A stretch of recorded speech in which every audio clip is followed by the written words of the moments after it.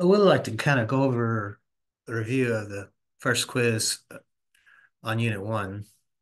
So the first topic we're seeing is polynomials.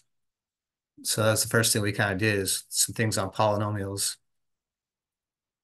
So polynomials, we're dealing with just several termed expressions. So the first one we're going to look at is what's called a trinomial.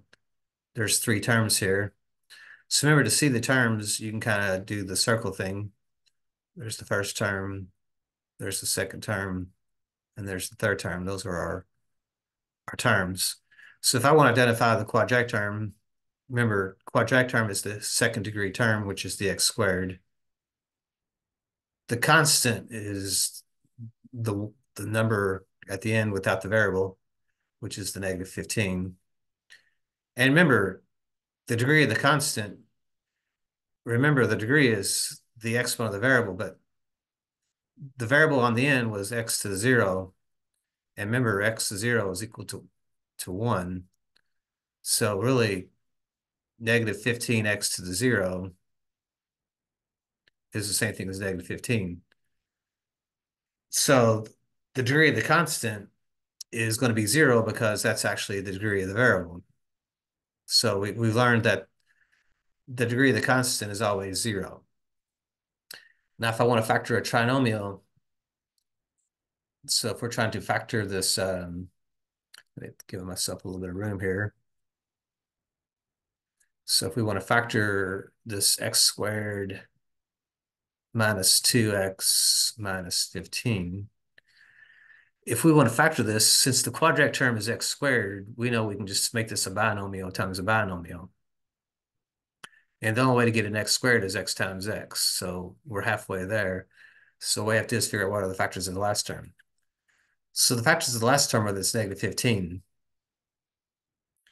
But the catch is the factors of the negative 15 have to add up to give me the linear coefficient. The linear coefficient is a negative 2. So we're trying to figure out what are the factors of a negative 15 to add up to negative 2. Well, we have a 1 and a 15, and really just a 3 and a 5 are the only factors of 15. This 3 and 5 look pretty good, but to add up to get a negative 2, we need a negative 5 for that. So I'm really thinking that this 3 and this negative 5 works. So 3 times negative 5 does give me negative 15. 3 plus negative 5 does give me negative 2. So that does check out. So this comes in and gives me then this x plus 3 times then this x minus 5. That becomes my factorization. Again, if I wanted to use FOIL, if I multiply this back out, these two factors should put back together and give me this x squared minus 2x minus 15. So again, x plus 3 and x minus 5 are the factors. And if you multiply them back out, that should give us the answer. So up here, if I want to put that answer there, x plus 3 times then x minus 5. And again, order does not matter there for that. So the second question is, given the binomial x squared minus 36, the first question says, what's the coefficient of the linear term? Remember, the linear term is the x term. So remember, what we have is the quadratic term is x squared.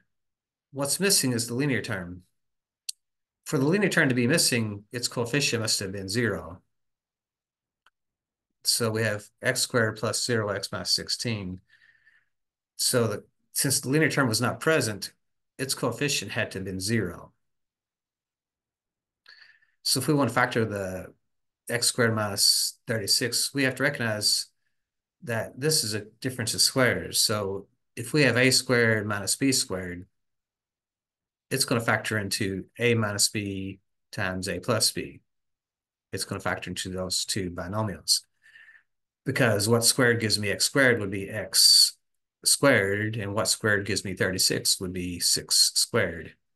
So notice how the x is actually the a in the formula, and the 6 is actually the b in the formula. So this just translates over as x minus 6 times x plus 6 as a formula. So that's how that would factor x minus 6 times then this x plus 6. So our next question says we have linear equations. So solve the equation if possible. So right now, I've got this 2x plus 1 times this x minus 1. It's going to equal x plus 5 times this 2x minus 5.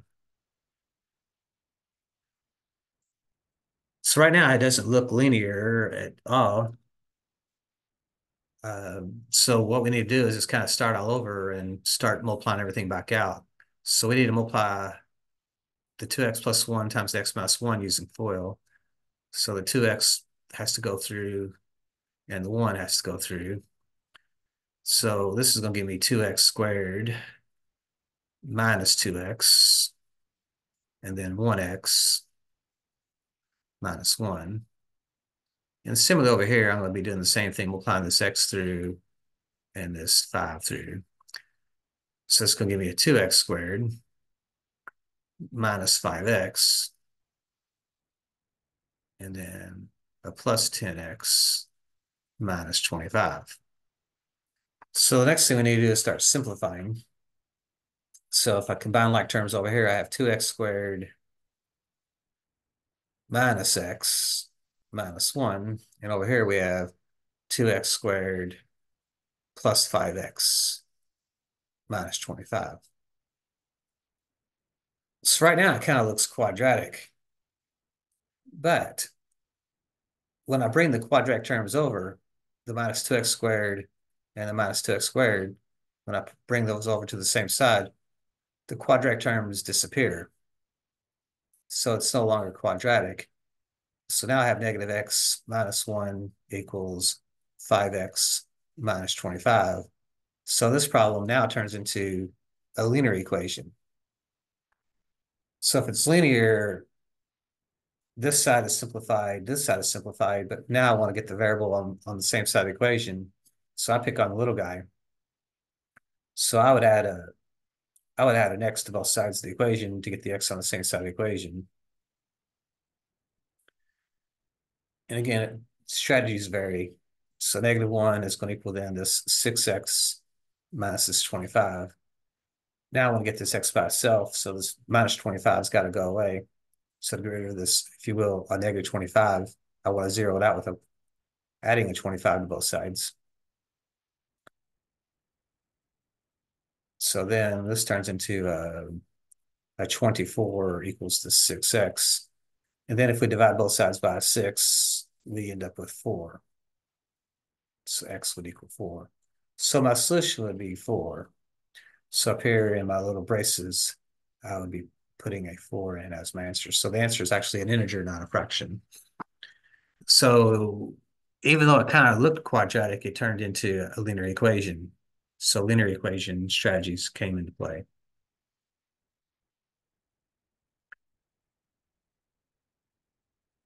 So the next thing we have is a quadratic equations example.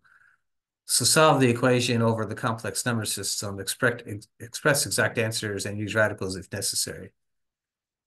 So we have this quadratic equation, x squared minus 6x plus 10 is equal to 0.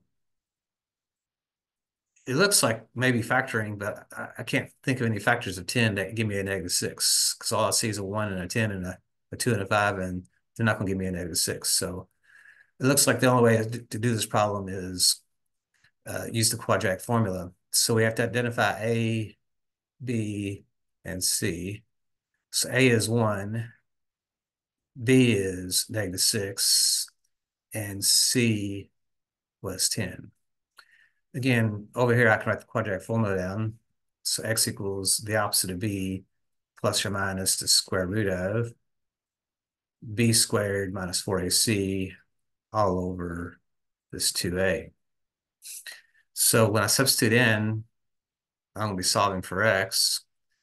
The first thing I picked up on is I have to take the opposite of b. So the opposite of negative 6 is a positive 6 plus or minus the square root of. And then we have to square b. So if we square negative 6, that's going to give me a 36 minus 10. And then I have to go 4 times 1 is 4 times 10 is 40. So that's going to give me a 40 over then. And then 2 times 1 is just 2. So I have x equals then, looks like I have to do 36 minus 40. Simplify the radical. 6 plus or minus the square root of, looks like a -4 over 2. So x equals 6 plus or minus, and since there's a negative inside the radical, that means an I comes out, and the square root of 4 is a 2, so that turns into a 2i over 2. So my strategy usually is I like to separate this as two separate fractions. So I write this as 6 over 2 plus or minus 2i over 2. And I just simplify each individual fraction. So it's going to turn into a 3 plus or minus I. So our solution would be then those two solutions. So 3 plus or minus 2i becomes our two solutions. So you could separate them as a comma, if you will, as well. So I think the work looks okay there. So you can use those as ways to prepare for your quiz.